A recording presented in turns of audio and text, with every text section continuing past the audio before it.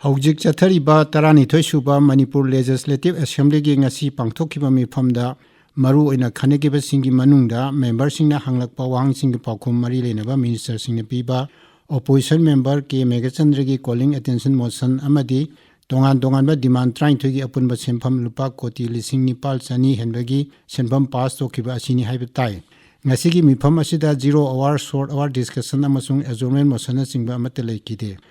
Mausagumna ayuki pung tramatoi tabada speaker TI Saitabertana chair logdana mifam hautoki mifam gi ahobada Congress ki MLA Suraj Kumar Okomna IDP singi matangda hanglakpa wahangi pakhumda homgi thoksu puriba minister Govindas Konthok jamna IDP sing asi matam khargi oina lainaba prefabricated shelter lising home sakhre amasung maduto hangjin duna laikhre haina aiba pakhumaina piki prefabricated shelter sing adu Churachandpurgi tongan mafam ahumda chamari Imphal da chaniyankhai Thopal amasung Kaksing da chani Bishnupur gi mafam anida sahungkun Kangpokpi gi tongan mafam tareta lising amaga chama aduga Imphal East gi mafam ahumda changwa kontra sakhre prefabricated shelter sing asi sabagi thabak Manipur Police Housing Corporation ki khuthangda MS Variety Trust Complex kopa amana pakhet ki haiki MLA Suraj Kumar na hangba atopa wahang amagi pakhumda finance ki thoksu puriba Chief Minister Y Khemchan na hai state asset tax amasung revenue ningthina kadabana sel thungi phibam phatte haibasi sumi adum oinamak center dagi ehenba loan lawdri aduna makata na loan loba yabagi changda adumak leire MLA Suraj Kumar natana atai member sindigi wahang amata lakitabana wahang pakhumgi matam adu ngasi ngan lapna loisanki wahang pakhum hek loibuga Congress ki MLA K Megachandra na ngasi paukse ayamada phongba thawai kuki kulda nongmai kapnaba amadi passenger gari ama hijack tokdana miyam kun hena phajinna thamagi wafam bukatuna thogdoksing asi yamna nungnaningai oi central forcing laina asuguma thokpa si yamna laibak thibani haiki mahakna hai tangkhul amadi kuki singi marakta ungkhatnarakpa si tha amarom phare asuguma thogdoksing asi makhata na thoktana ba state langa ki oiba thoksil leibra hiram asigi matangda warol ama thambiyo haina home minister gi miyang chingsinki loinana phajin khibasing adu hauji kari phibamda leri haibaso house thambina ma taksinki Sri K Megachandra gi calling attention motion gi pakhum piriduna homgi thausu puriba minister Govindas Konthok jamna hai security gi akanba checksing thaurang lokhatuna su asiguma thogdok ama thokpasi yamna laibak thibani aikhoi asi tongan ba lining chasarbusu ing tapna lejaramani haujuk leiba Manipur asi tongan leibak macha singna amato oina punsilaga semani haiduna haujuk amung tongan lejargi haiba yararoi laibak thiba thogdok oding matangda makna hai naga volunteer singni haiba kharana thawai koki khulda laklaga popi yan thatpa lakpada khangpok khara mai thadok paga loinana kuki anikhak phaduna pukri haibagi paw amata ki thogdok asigi makha tarpo oina winger gari amata lakpa tangkhul kanglukai miyoi kullom sangkai khulda phajinduna thangki haibagi paw suta ki thogdok asigi makha tarpo oina tangkhul CSO amana DCU khulgi khutangda Manipur gi Chief Minister da ultimatum ama piraktuna phajin khibasing adu pung ani gi manungda thadok trabadi makhoina thokpa tawjargi haibagi mong khangal lakhi Masigi makha tarakpoina Governor Union Home Ministry amadi Deputy Chief Minister Nemsak Kivgian chingba tanaduna phajin khibasing adu thadokna honaki adubu phajin khiba kuki ani adu thadoro aduga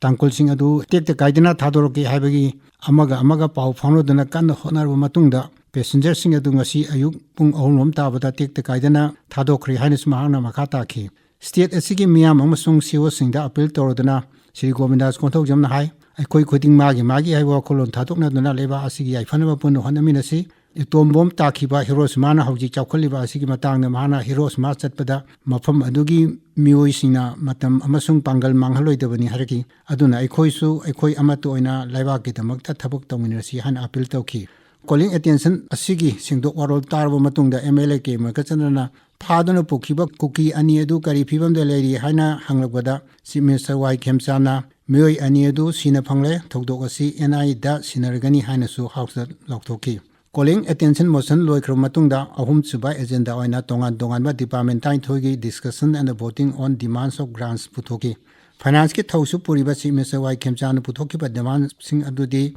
demand number 5 finance ki lupa koti lising home changwa kontrani thoi laktrama thoi lising ohum demand number 10 gi 10 education ki lupa koti lising home humdra taret lakni form thoi lising tara mari demand number 16 cooperation ki lupa koti lising kumapan lakh humphumari lising kuni thoi demand number 17 agriculture ki lupa koti chani yang kai taret lakh kunthra pan lising kuntha taret demand number ꯇꯔꯥꯅꯤꯄꯥꯟ animal ꯍꯁꯕꯦꯟꯗꯔꯤ and ꯚꯦꯇꯤꯅꯔꯤꯒꯤ ꯂꯨꯄꯥ ꯀꯣꯇꯤ 1,153,38,000 ꯗꯤꯃꯥꯟ number 27 election की लुपा कोटी 32,19,19,63 demand number 53 minor irrigation की लुपा कोटी 1,109,9,39,000 demand number 39 panchayat की लुपा कोटी 1,119,9,50,000 डिमांड नंबर 38 सेरिकल्चर की लुपा कोटी 19,000,000 डिमांड नंबर 90 वाटर रिसोर्सेस की लुपा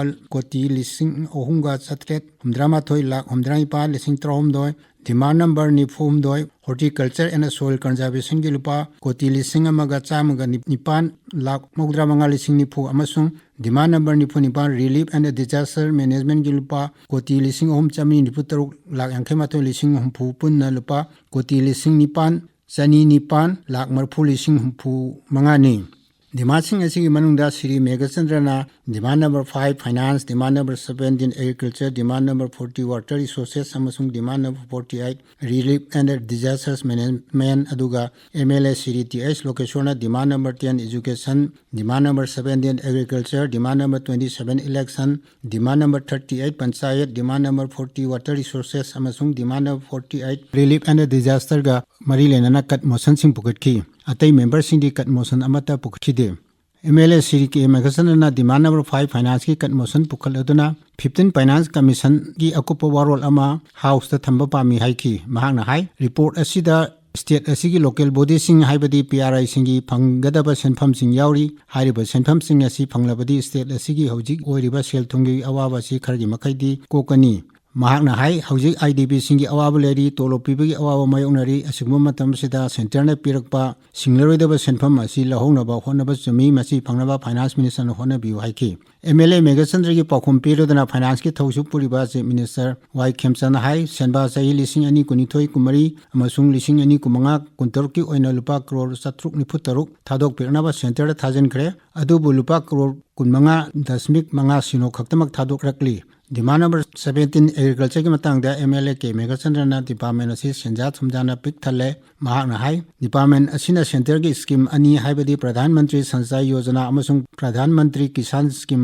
पाइखटली अदुबु प्रधानमंत्री संचय योजना की खुतोंग चाबा फंगबा लौमीसिंग खनबदा चावना सेंजा थुमदा तौरे मियोय अमना तोंगान तोंगानबा डिस्ट्रिक्टसिंगदगी खुतोंग चाबा लौरे मसी आरटीआई की उतांगदा फंगलकपा पाखुमदा लोइना यावरे मसा खंगनना बैंक अकाउंट हांगदोलगा सेल लोकथोखिबसु यावरे महांगना मखाताना हाई असिगुंबा चावना अरानबा तौबसी अनौब लेंगा असिना थिदोकपिदुना मरा लेबसिंग चरक पिबियु प्रधानमंत्री किसान स्कीम की मखादा स्टेट असिदा लौमी 1,00,000 रेजिस्टर तौरे अदुबु स्कीम असिगी मखादा लौमी सिंगदा पीबा तेंबांग फंगनबा लौमी नि हाइदुना मियोय 1,00,000 हेना दरखास्त तारकी अदुगा मियोय 2,2,9,30 तेंबांग पीखी मियोय 1,00,000 हेना लौमी लई हाइरिबा लौमी सिंग अदुसु लौ एकर 2-3 हेनबा यामना यावबना स्टेट असिदा पीडीएस की मखादा खुदोंग चाबा फंगबदा अकाइबा अमा ओहेले हाइनसु श्री मेघचंद्रना हाउस दा थमखी श्री मेघचंद्र की वफम अचुंब खरा यारोंगनी हाइबगी थाजबा एग्रीकल्चर की थौजु पुरिबा चीफ मिनिस्टर वाई खेमचाना फोंदोखी मांग high असिगुंबा अरानबा तौबनी हाइबा case 59 थेंगनरे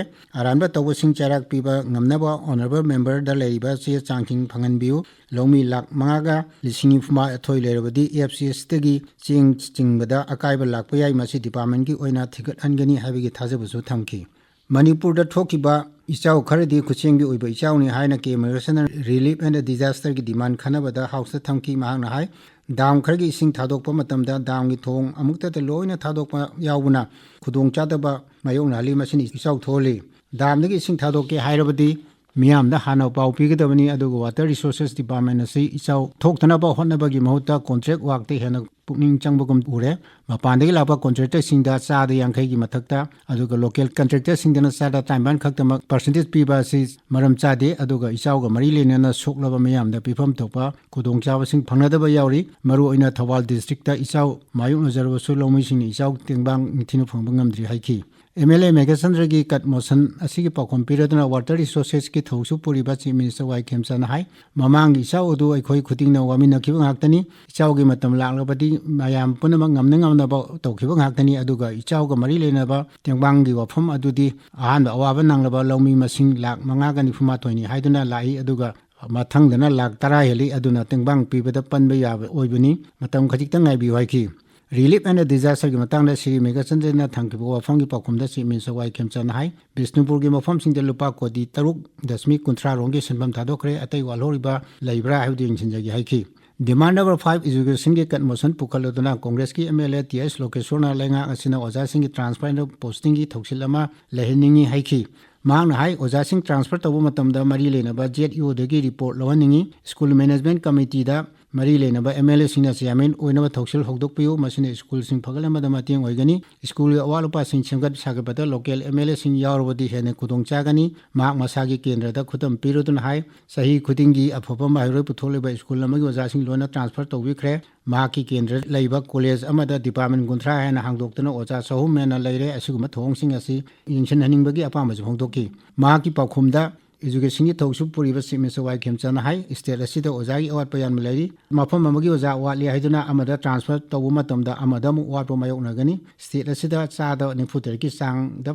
oja singi pham hangduna lari aduna tathok tasin toraga kari tobo yabagi habadi yangsiminasi local MLA na school management committee ki chairman oiba habisu mafam matamgi watung ina madu khudong chaba chadaba leibasu yai haina haiki Demand number 33 agriculture ki matangda Sri Lokeshwarna haiki lomi singna mahaki law adu ising tungdana natraga atopa maram amagi lebak lawbu matamda natraga thona bo honor ko matamda police na koitan tanarga phabi aduga chekon tawribe singna lebak lokthokpodadi athingba leite masugumba thawong asi yingchinbiu aduga mahaki kendra gi manung chanba da leiriba iko haiba pham aduda state asida kanglok ki irang lakhraba matungdagi law pari kaya law ubo yadrin leiri masi phamgam tokpa compensation na chingba amata phangdi masi ju phangnaba sinbi haiki Sri Lokeshwar ki kat motion ki pakhum piraduna agriculture ki thausu puriba chief minister wai khemchana hai lomi singna lobuk semna balebak lokthokpada athingba pi haibadu marks nuaite aduga lomi singi compensation ki wafam adudi Bisnupur district ta lupa koti kunthra hemba ki sempham thadokre honorable member ki phangokdaba yawi haibadu mahaki office ta numo lakpiro aduga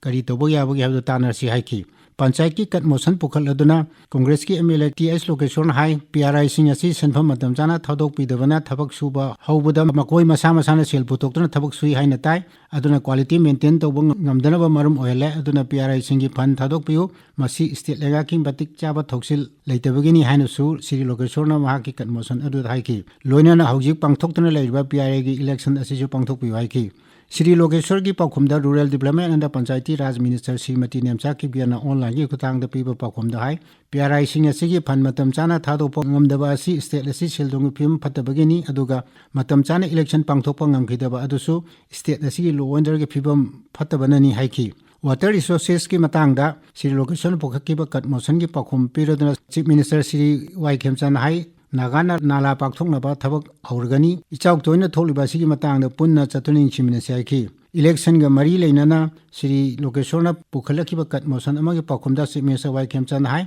IDP sing asi makhoi gi aningba apama lerangani aduna makhoi gi hanagi mafam sing da mingsing lahenba yabra haibadu ingchinge aduga polling station khaidokpa wafam adudi election commission na tawgoda wafam ni masi haukna khanaba chumloi haina haiki Member singna makoi gi kat motion sing adu handokra matungda speaker na demand sing adu amamamda pathoktuna pass tawki aduga masigi makha taba khananaba agenda laitabana hayeng ayuki pung 13 fawba house ki mifam yaithoki